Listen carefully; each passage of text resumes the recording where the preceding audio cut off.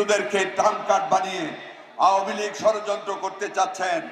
ভারতকে বলবো, ব্যক্তি এবং কোন একটা নির্দিষ্ট দলের সাথে সম্পর্ক রক্ষার চেয়ে বাংলাদেশের 18 কোটি মানুষের সাথে সম্পর্ক করুন। বৈষম্য বিরোধী আন্দোলনে 1860টা ছাত্র জনতা নিহত হয়েছে।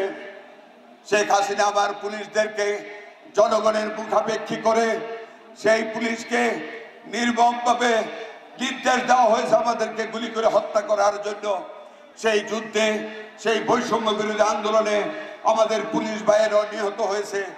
যেই পুলিশ আমাদেরকে পাহারা দেয় সেই পুলিশেরও রক্ত ঝরেছে। আমরা দুঃখিত, কিন্তু তার জন্য দায়ী শেখ হাসিনা।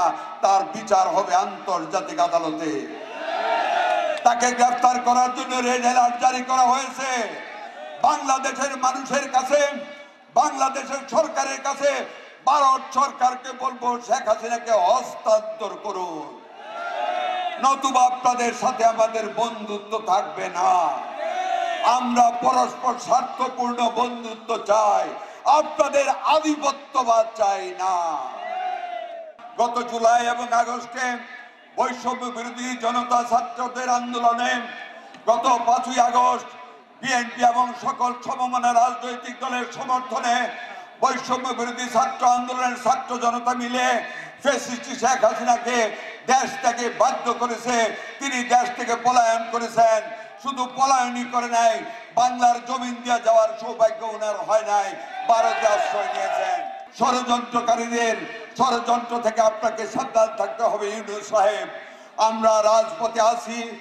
আমরা এই জনসভা শুধু জনসভার কারণেই করতেছি না।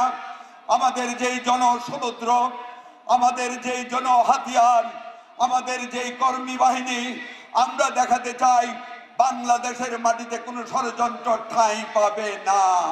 যে কোনো ষড়যন্ত্রকে রোধ করে আমরা এই সরকারকে সহযোগিতা করে নির্বাচনের দিকে এগিয়ে যেতে চাই।